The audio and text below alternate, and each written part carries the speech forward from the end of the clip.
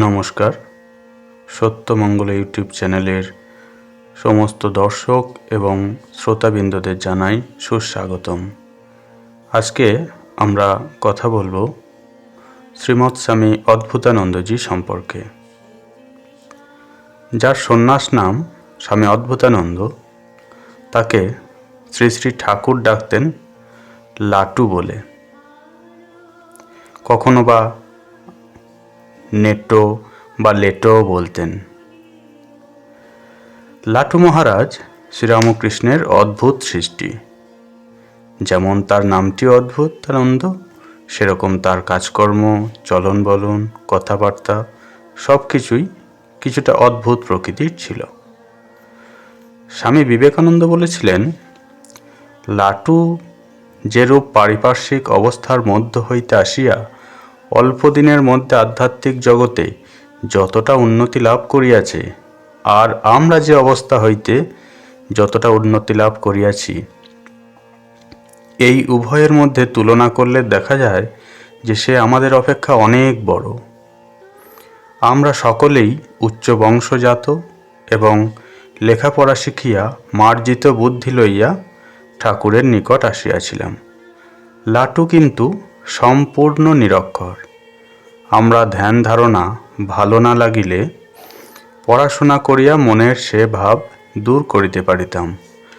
লাটুর কিন্তু অন্য কোনো অবলম্বন ছিল না, তাহাকে একটিমাত্র ভাব অবলম্বনেই চলিতে হইয়াছে। কেবলমাত্র ধ্যান ধারণা সহায়ে লাটু যে মস্তিষ্ক ঠিক রাখিয়া অতি নিম্ন অবস্থা হইতে উচ্চতম আধ্যাত্মিক সম্পদের অধিকারী হইয়াছে, তাহাতে তাহার অন্তর্নিহিত শক্তির ও তাহার প্রতি শ্রী শ্রী ঠাকুরের অশেষ কৃপার পরিচয় পায়। স্বামীজি আবার অন্যত্র বলেছেন যে ঠাকুর লেটোকে প্লেটো করে গড়ে তুলেছে। অর্থাৎ লাটু, যার কিনা শৈশবের নাম ছিল রাক্তুরাম, তিনি সম্পূর্ণ নিরক্ষর। ঠাকুর তাকে বারংবার লেখাপড়া শেখানোর চেষ্টা করেছেন, কিন্তু ঠাকুর যখন বলেন অ, তখন বিহারি উচ্চারণে, বিহারের ছাপড়া জেলায় তার জন্ম, উচ্চারণে লাটু বলতো আ। ঠাকুর যদি বলতেন বল ক, লাটু তখন বলতো কা। যদি ঠাকুর বলতেন খ, লাটু বলতো খা। তা এইভাবে ঠাকুর বারংবার চেষ্টা করেও তাকে লেখাপড়া শেখাতে পারেননি। তখন ঠাকুর বলেছেন, যা, তোর লেখাপড়া করতে হবে না, তোর যা দায়িত্ব সব নিলুম। তা ঠাকুরের এই দায়িত্ব নেওয়ার ফলে লেটো থেকে দার্শনিক প্লেটোর সমান তার জ্ঞান এবং তার আধ্যাত্মিক শক্তি সাধন, এগুলো ঠাকুর নিজে হাতে তাকে করে দিয়েছেন। শোনা যায় রাক্তুরাম জন্মাবার পর শৈশবে বসন্ত রোগের আক্রান্ত হয়েছিলেন। তার জীবন সংশয় হয়েছিল। তার মা শ্রীরামচন্দ্রের নিকট আকুল প্রার্থনা জানিয়েছিলেন। পরে শিশু যখন সুস্থ হয়, তখন তার মায়ের স্থির বিশ্বাস হয়েছিল যে শ্রীরামচন্দ্রই তাকে রক্ষা করেছেন। ফলে ছোট থেকেই রামের প্রতি একটা দৃঢ় বিশ্বাস লাটুর ছিল। যখন তার মাত্র 5 বছর বয়স, তখন রাক্তুরাম অনাথ হয়ে গেলেন। পিতা মাতা উভয়ই অকালে চলে গেলেন। এরপর তার নিঃসন্তান খুল্লতাতো তার রক্ষণাবেক্ষণ করার দায়িত্ব নিয়েছিলেন। তিনি আবার তাকে কলকাতা নিয়ে আসেন। কলকাতায় শ্রীযুক্ত রামচন্দ্র দত্ত মহাশয়ের বাড়িতে তাকে চাকর হিসাবে রেখে দিয়েছিলেন। এই রামচন্দ্র দত্ত আবার শ্রীরামকৃষ্ণের কাছে যাতায়াত করতেন, দক্ষিণেশ্বরে যেতেন। যখন রামবাবু তার বাড়িতে এসে ঠাকুরের কথাগুলি আলোচনা করতেন, তখন সেগুলি ছোট্ট বালক সেগুলো শুনত। ঠাকুর যে কথাগুলো বারবার বলতেন, যেমন ভগবান মন দেখেন, কে কি কাজে আছে, কে কোথায় পড়ে আছে তা দেখেন না, বা যে ব্যাকুল ঈশ্বর বই আর কিছু চায় না, তার কাছে ঈশ্বর প্রকাশিত হন, বা নির্জনে তাঁর জন্য প্রার্থনা করতে হয়, তাঁর জন্য কাঁদতে হয়, তবে তো তার দয়া হয়। এই সব জ্বলন্ত উপদেশ বালক লাটুর মনে আগুন ধরিয়ে দিল। বৈরাগ্যের আগুন, যে সে আগুন নয়। এই বৈরাগ্যের আগুনে পুড়ে খাঁটি হতে লাগলো লাটু। তখনও ঠাকুরকে দেখেনি লাটু, শুধুমাত্র তার কথা শুনেই তার ভিতরে বৈরাগ্যের যে স্ফুলিঙ্গ জ্বলে উঠেছিল, তার ফলেই তিনি গোপনে সাধন শুরু করে দিলেন। প্রায় দেখা যেত দুপুরবেলা একটা কম্বল চাপা দিয়ে শুয়ে আছেন এবং মাঝে মাঝে চোখ দুটি জলে ভিজে উঠত, আর ঠিক সঙ্গে সঙ্গেই বাঁ হাতে করে তিনি মুছে ফেলতেন। পরিবারের লোকেরা মনে করত যে হয়তো বাড়ির জন্য মন খারাপ করছে, ছোট ছেলে, সেজন্য তারা তাকে প্রবোধ দিতেন। তখন লাটু মনে মনে ভাবত, এত মিঠে যার কথা সেই সাধুটি না জানি দেখতে কেমন হবেন। একদিন সাহস করে রবিবারের দিন বলেই ফেলল রামবাবুকে, রামচন্দ্র দত্তকে, যে আপনি আজ সেখানে যাবেন, আমায় নিয়ে চলুন। তখন রামচন্দ্র দত্ত সঙ্গে করে তাকে দক্ষিণেশ্বর নিয়ে গেলেন এবং ঠাকুর যখন ছেলেটাকে দেখলেন, প্রথম দর্শনেই তিনি বললেন, এই ছেলেটাকে বুঝি তুমি সঙ্গে করে এনেছ রাম? একে কোথায় পেলে? এর যে সাধুর লক্ষণ দেখছি। আসলে জহুরিতেই জহর চেনে। ঠাকুর বলতেন, যারা নিত্যসিদ্ধ তাদের জন্মে জন্মে জ্ঞান হয়েই আছে। তারা যেন পাথর চাপা ফোয়ারা।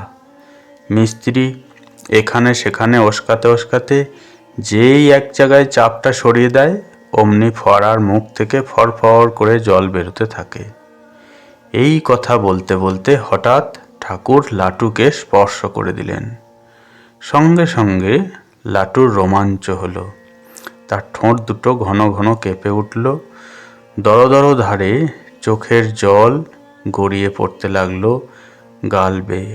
লাটু তখন আর এ জগতে নাই।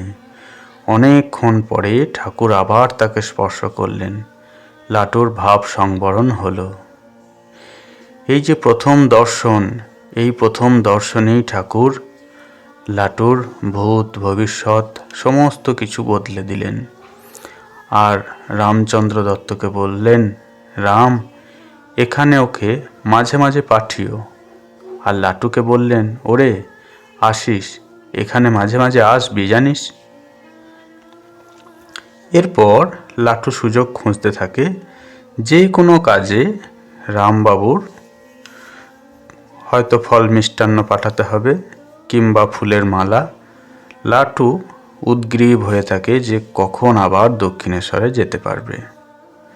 একদিন দক্ষিণেশ্বরে এসেছে, তখন ঠাকুর তাকে বলছেন যে কালী মন্দিরের তো আমিষ প্রসাদ, সেটাতে হয়তো তার বিহারী সংস্কারে আঘাত লাগতে পারে, সেজন্য বললেন যে বিষ্ণু মন্দিরে নিরামিষ ভোগ ও গঙ্গা জলে রান্না হয়, লাটু যদি ইচ্ছা করে তাহলে তা খেতে পারে।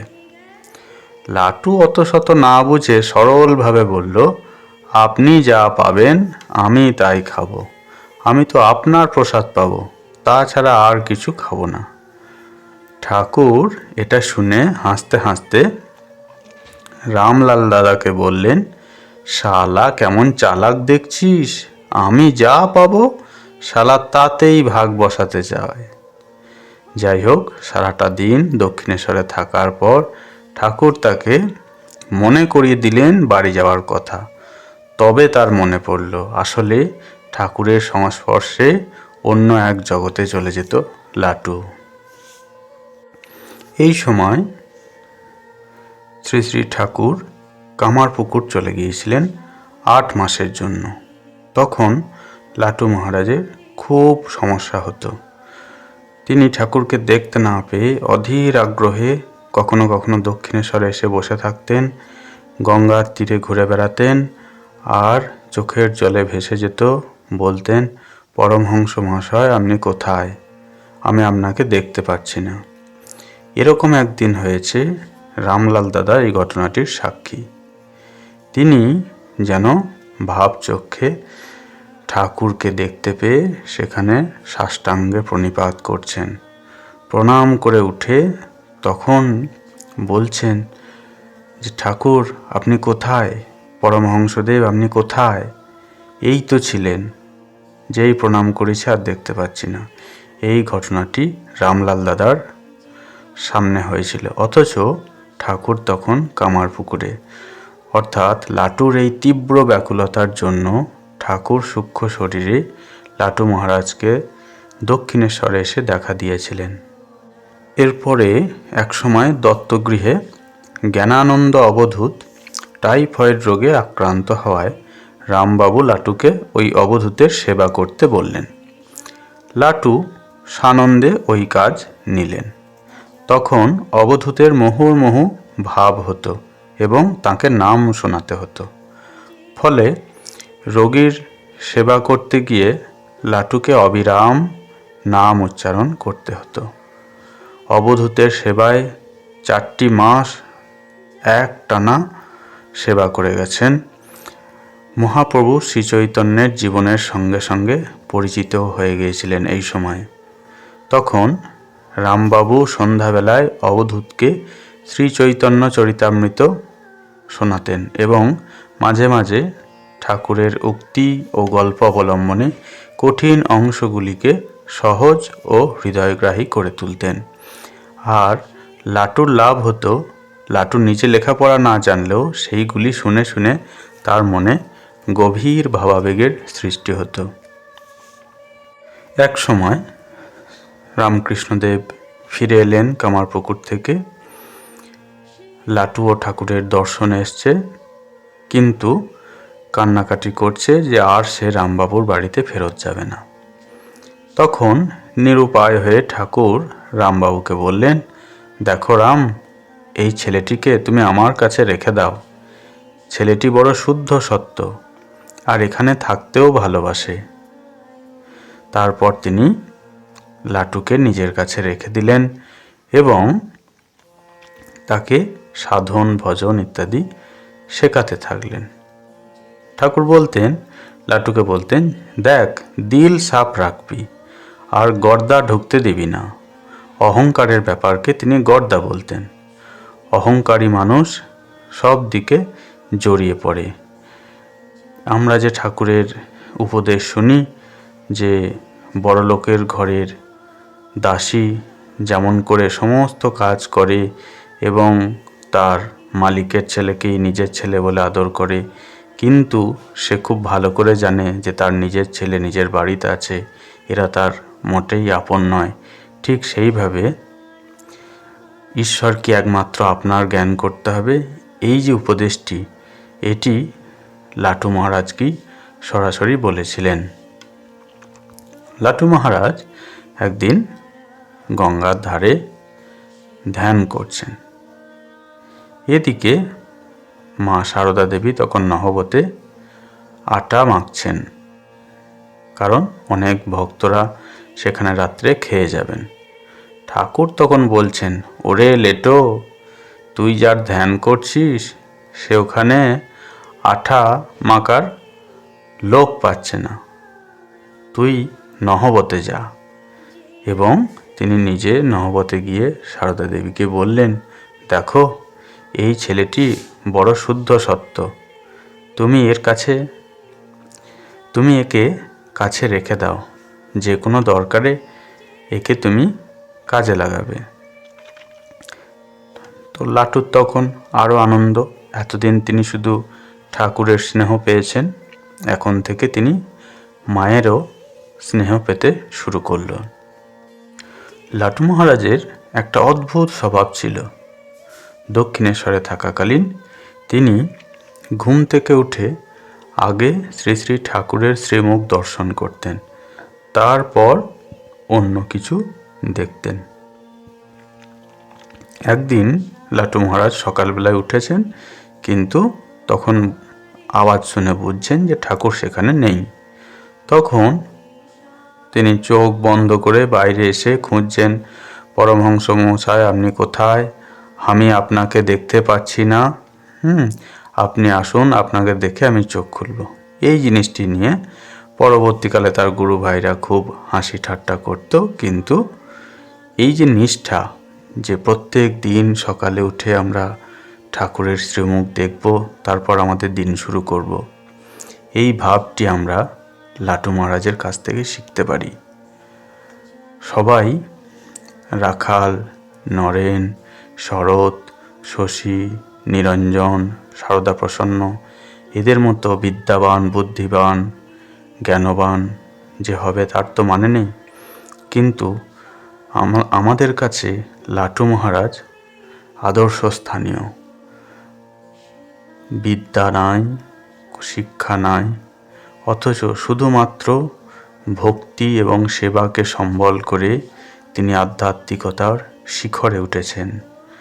আমরা লাটু মহারাজের জীবন থেকে এগুলোই শিক্ষা নিতে পারি। লাটু মহারাজ যখন শ্রীমা সারদার স্নেহ দৃষ্টিতে পড়লেন, তখন তার খাওয়ার পরিমাণ গেল বেড়ে। তার শরীর ছিল বেশ শক্ত সমর্থ, কুস্তি লড়তে পারতেন। রাখাল মহারাজও ভালো কুস্তি লড়তেন। দুজন একদিন কুস্তি লড়ছেন, তখন ঠাকুর তাদেরকে দেখে বললেন, কিরে, তোদের কি গজকচ্ছপের লড়াই হচ্ছে? স্বভাবতই লাটু মহারাজ খেতেন একটু বেশি, আর ঠাকুর তার দায়িত্ব নেওয়ার জন্য তিনি চাইতেন যে রাত্রিতে সাধন ভজন ধ্যান করবে, বেশি পরিমাণ খেলে ঘুম আসবে এবং ঠিকঠাক ধ্যান হবে না। সেই জন্য তিনি ওদের বলতেন যে বেশি খাবি না। তা মা শারদা একদিন বলে ফেলেছিলেন যে খাওয়া নিয়ে তুমি আমার ছেলেদের খোঁটা দিও না, ওদের ব্যাপার আমি দেখব। এই যে আশ্বাস বাণী, ওদের ব্যাপার আমি দেখব, এই আশ্বাস বাণী শুধু লাটু মহারাজের একার নয়, এই আশ্বাস বাণী আমাদের সকলের। লাটু মহারাজের একটি দোষ ছিল যে সন্ধে হলেই তার ঘুম আসতো এবং সে ঘুমিয়ে পড়ত। যখন তখন যেখানে সেখানে হঠাৎ লাটু ঘুমিয়ে যেত। ঠাকুরের সেবা করতে করতেও হয়তো ঘুমিয়ে গেছে। ঠাকুর তাকে শেখানোর জন্য বললেন একদিন, ওরে লাটু, বলতে পারিস ভগবান ঘুমান কিনা? লাটু বললেন, আমি কি করে জানবে, আমি অত কিছু জানি না। ঠাকুর বললেন, ভগবানের ঘুমানোর জো নাই, তিনি সারা দিন সারা রাত জেগে জেগে জীবজন্তুর সেবা করছেন, তাই তো নির্ভয়ে জীবজন্তু সবাই ঘুমোতে পারছে। কিন্তু এই জিনিস লাটু মহারাজের মাথায় খুব ভালো ঢুকলো না। আবার একদিন ক্লান্তিতে নিদ্রা পরবশ হয়ে সন্ধ্যাবেলাতেই লাটু ঘুমিয়ে পড়লেন। তখন ঠাকুর তাকে সাবধান করে দিলেন, কিরে, এই ভোর সন্ধ্যাবেলায় ঘুম কিরে? সন্ধ্যার সময় কোথায় ভগবানকে ডাকবি, তা না শুয়ে শুয়ে ঘুমোচ্ছিস? লাটু তখন ঘুম থেকে উঠে কঠিন প্রতিজ্ঞা করে বসলে যে আমি আর এমন সময় কোনো দিন ঘুমাবো না। ঠাকুরের দেহ রক্ষা হয়ে গেছে।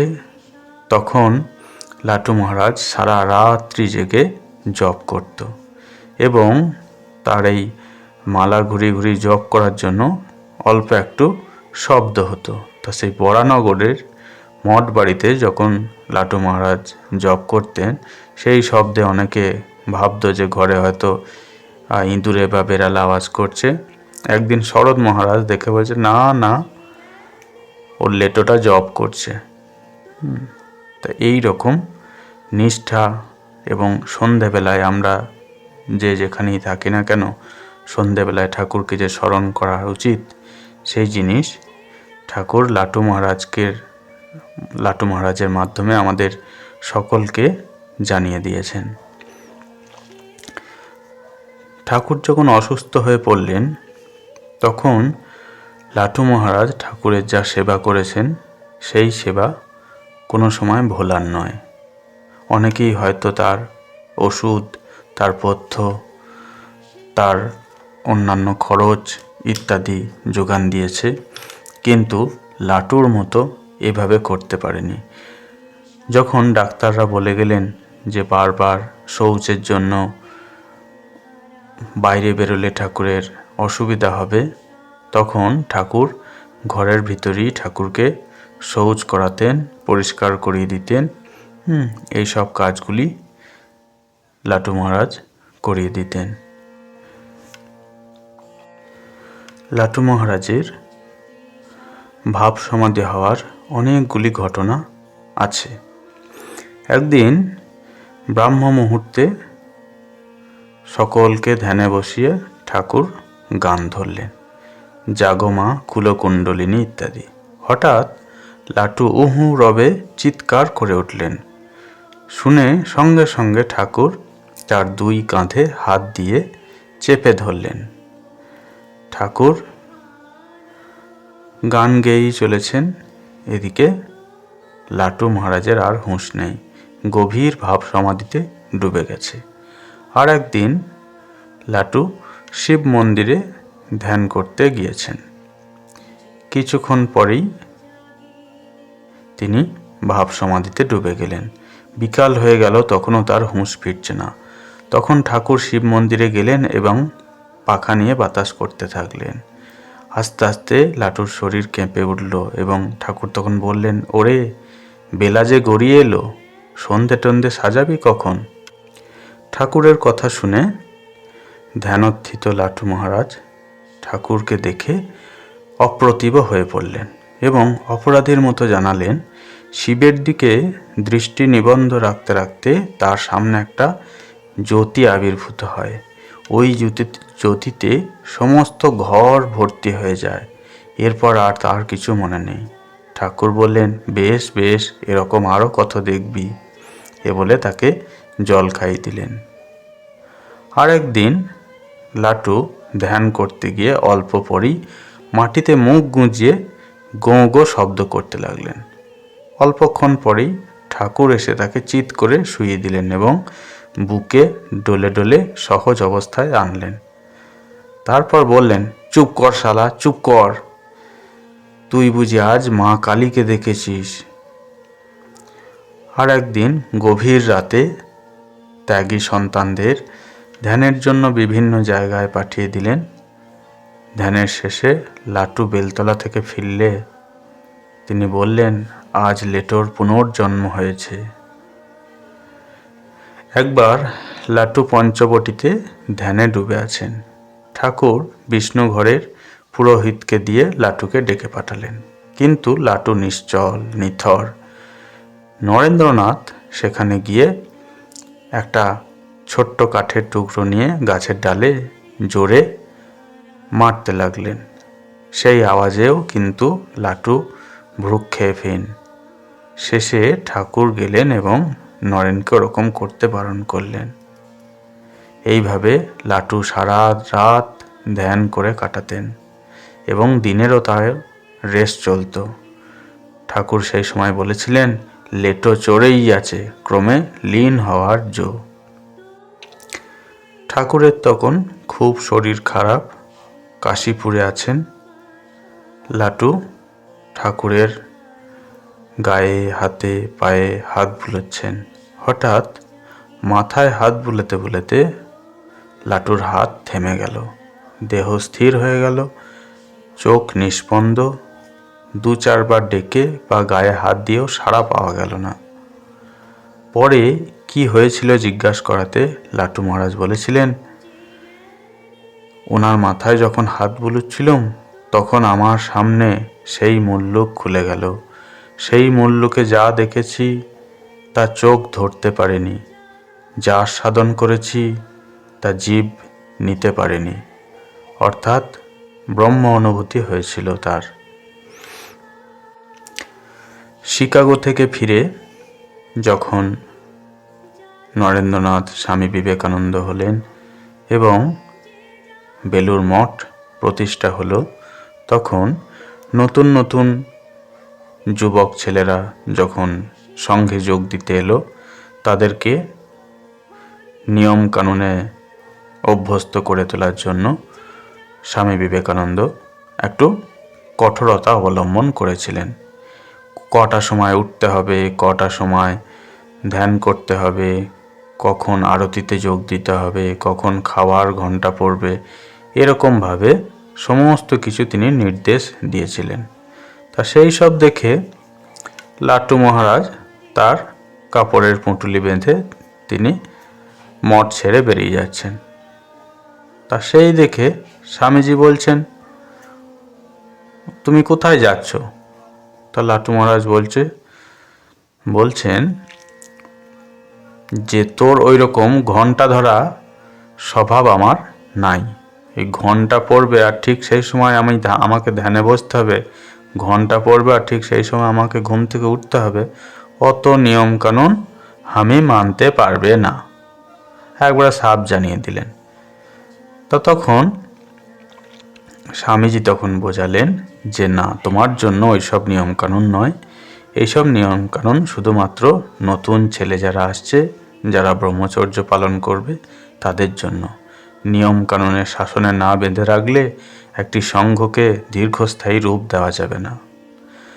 তা লাট্টু মহারাজ ছিলেন এমনই স্বাধীন চেতা এবং একটু খেয়ালি। তিনি বেলুড় মঠেও বেশি দিন ছিলেন না। তিনি বেশিরভাগটাই থাকতেন গঙ্গার ধারে এবং ভিক্ষা করে ছোলা ছাতু এবং গঙ্গা জলে মিশিয়ে তাই খেতেন। কখনো বা সেদ্ধ ছোলা, কখনো বা ভিজে ছোলা, এসব খেয়ে দিনাতিপাত করতেন এবং সারা রাত্রি তার চলত ধ্যান, জপ ইত্যাদি। বলরাম বাবুর বাড়িতেও তিনি ছিলেন দীর্ঘদিন। লাট্টু মহারাজ শ্রী শ্রী মাকে অত্যন্ত শ্রদ্ধা করতেন, আবার কখনো কখনো বেদান্ত বিচারও করতেন। মা কলকাতা থেকে জয়রামবাটিতে চলে যাচ্ছেন। লাট্টু মনে খুব দুঃখ পেয়েছেন, মনের বিষাদ ঢাকবার জন্য নিজের ঘরে খুব দ্রুত পদচারণ করছেন আর জোরে জোরে বলছেন, নিজেকেই নিজে বলছেন, সন্ন্যাসীর কে পিতা কে মাতা, সন্ন্যাসী নির্মায়া। মা নিচে তখন নামলেন এবং যখন এই কথা শুনলেন তখন দরজায় এসে বললেন, বাবা লাট্টু, তোমায় আমাকে মেনে কাজ নেই বাবা। আর যায় কোথায়, স্নেহের স্পর্শে বেদান্ত গেল ভেসে।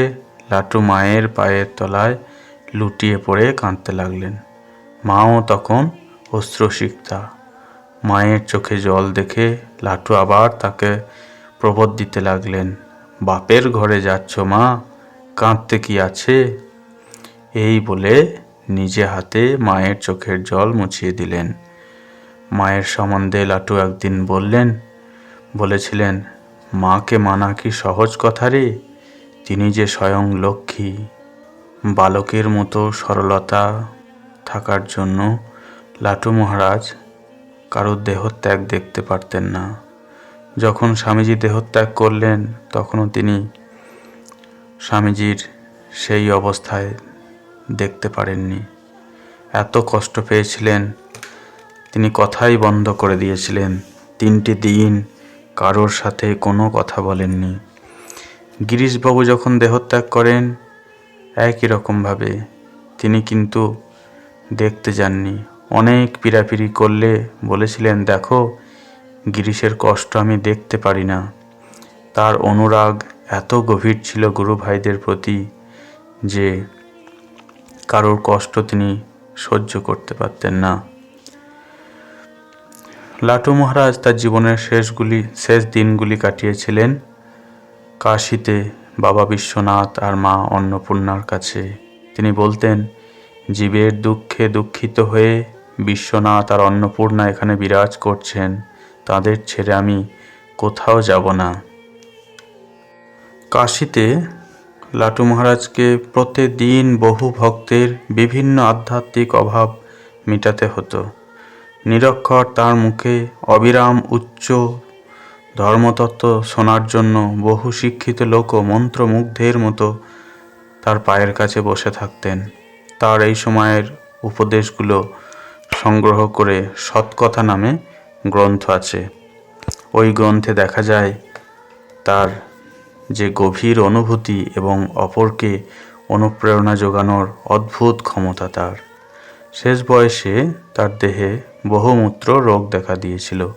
এই সময় পায়ে একটা ফোঁসকা হয়ে সেটা গ্যাংগ্রিনে পরিণত হয়েছিল।